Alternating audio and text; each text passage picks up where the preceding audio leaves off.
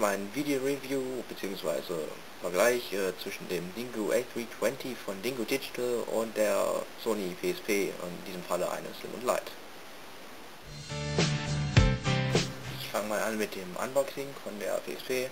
Beide sind schon ausgepackt gewesen und ja, dementsprechend von der PSP habe ich auch nicht mehr alles da gehabt und habe auch nicht mehr alles wiedergefunden.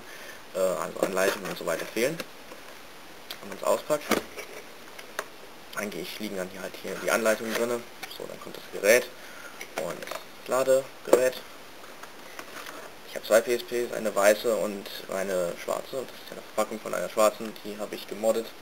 Die ist jetzt durchsichtig blau. So, das Gerät und das Ladekabel. Sehr lang, also 3 Meter bestimmt, mindestens, damit man auch schön auf dem Bett zocken kann. Ja. Die Verpackung hat nur abgebildet hinten etwas Sicherheitshinweise und was halt alles dabei ist. Vorne nochmal die PSP drauf, oben Sicherheitshinweise. Ja, das war es auch schon soweit. So, jetzt zum Unboxing vom Dingo A320. Ja, war halt auch schon ausgepackt, habe ich auch gebraucht gekauft. Ich werde mir bald mal ein neues Case holen, weil es doch schon ziemlich zerkratzt ist. So, vorne drauf das Gerät, Micro Game Station und Real Player Logo, wobei es Real Player gar nicht unterstützt. Und das Dingo Logo, ja, sieht sehr aus nach dem Logo von Jack Wolfskin.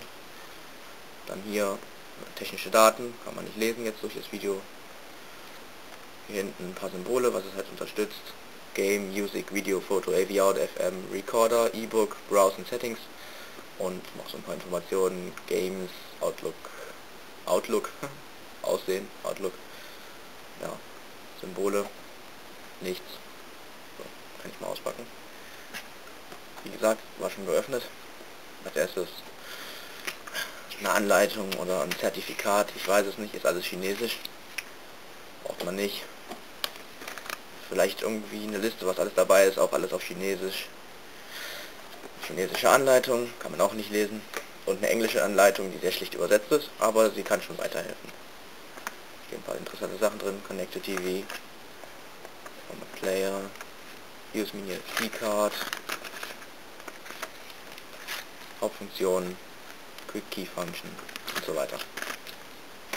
So, dann das Gerät selbst, in einer schönen Plastikverpackung. Ich habe einen weißen, genauso wie meine PSP. Dazu komme ich dann später mal. Wenn man das abmacht. Ja, alles was dabei ist. Ein AV-Out-Kabel, was man halt bei der PSP noch extra kaufen muss, aber sehr gut, finde ich. Das ist ganz cool, ich werde es auch mal später noch zeigen.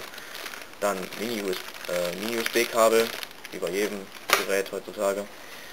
Ein Wandladegerät, sieht aus wie eins vom iPod.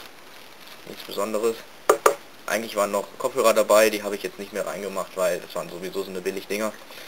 Dann ein Adapter für deutsche Steckdosen, damit man das Ladegerät auch an deutschen Steckdosen benutzen kann. Und ein Mini-SD-Adapter.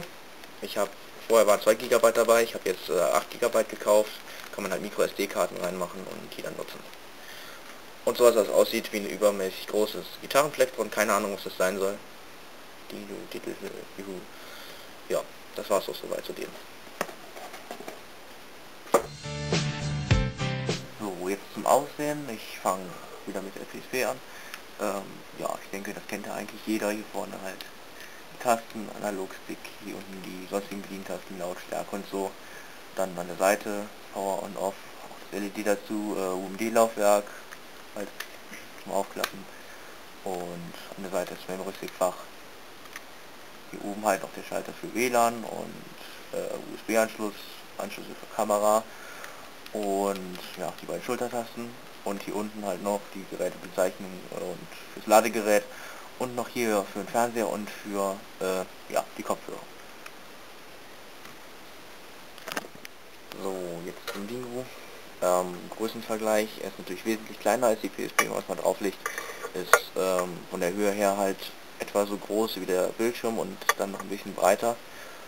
Ja, und im Prinzip auch genauso dick wie die PSP. Dann vorne halt auch die Steuerungstasten, hier jetzt nicht die PlayStation Buttons, also mit Kreis und so weiter und so fort, sondern die Nintendo-Buttons A und B und X und Y, auch ein Nintendo Steuerkreuz und hier halt Start und Select, oben die beiden Schultertasten,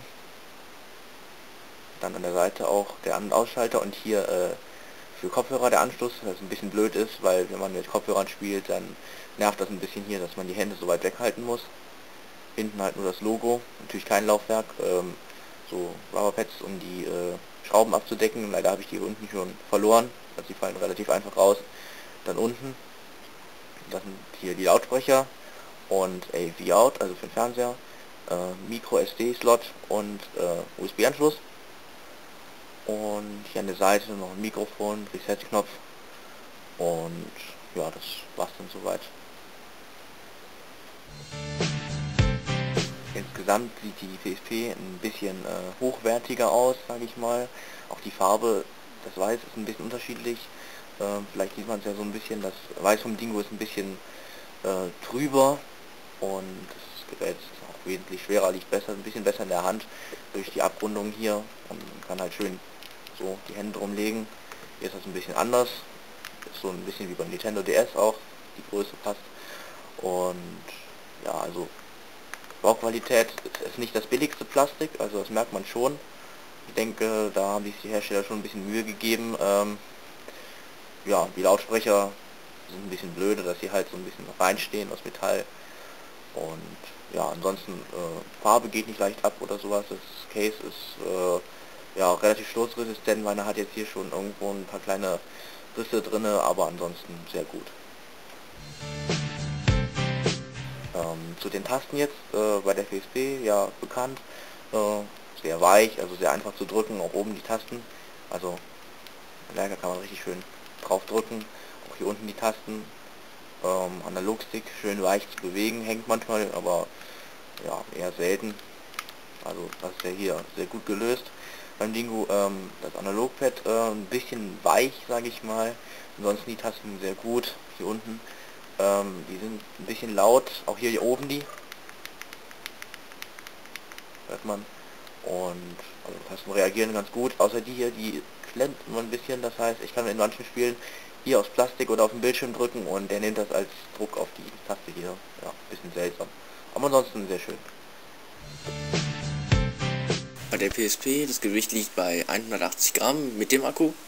Sie hat einen 4,3 Zoll TFT-LCD-Bildschirm mit 480 x 272 Pixeln, ein Prozessor, der maximal 333 MHz leistet, 64 MB RAM und eigentlich sind es 66 MB, aber man kann halt 64 nur nutzen. Dann ein Wi-Fi-WLAN-Modul, ein Lithium-Ionen-Akku mit 1200 mAh bei 3,6 Volt. Der hält in etwa 5 Stunden. Dann natürlich ein Mini-USB-Anschluss, TV-Out, Memory-Stick, Foto, Speicherkartenplatz. UMD benutzt es als Datenträger. Die fassen maximal 1,8 GB und das dazugehörige Laufwerk, was halt nur lesen und nicht schreiben kann. Für den Dingo, er hat ein Gewicht von 120 Gramm, ein 2,8 Zoll QVGA Bildschirm mit 320 x 240 Pixeln, ein Prozessor, der maximal 430 MHz leistet, also mehr als bei der PSP, 32 MB RAM, weniger als bei der PSP, nämlich genau die Hälfte, einen 4 GB großen internen Speicher, den die PSP nicht hat, ein Lithium-Ionen-Akku mit 1700 mAh und 3,7 Volt, der hält bei dem Gerät etwa 7 Stunden, also extrem lange schon. Dann ein Mini-USB-Anschluss, ein Mini-SD-Speicherkartenplatz und einen TV. Jetzt noch zu den verschiedenen Modellen, den Release-Dates. Die erste PSP wurde 2005 released, die PSP 1004 war das. Die hatte noch 32 MB RAM, dann 2007 kam die PSP 2004, jetzt mit 64 MB RAM. Dann 2008 die PSP 3000, 2009 die PSP Go und vielleicht kommt ja dieses Jahr sogar noch die PSP 2, also 2011. Beim Dingo sind die Release-Angaben ein bisschen verwirrend. 2009 kam der Dingo A320, den ich jetzt hier habe, von Dingo Technology auf den Markt. Dann 2010, völlig unangekündigt, der Dingo A330. Auch von Dingo Technology, jetzt einzige Veränderungen waren halt auch vom Aussehen her, dass es jetzt mehr einer PSP ähnelte und nicht mehr einem Nintendo DS. Und dass der Arbeitsspeicher aufgestockt wurde auf 64 MB Und jetzt 2011 kam von Gemei, der Gemei A330 raus. Gemei gehört zur selben Gewerkschaft wie Lingo Technology. Und der Gemei sieht fast genauso aus wie der A320, also das kann ich mir auch nicht so genau erklären. Es wurden halt auch verschiedene Verbesserungen vorgenommen und ja, das war soweit.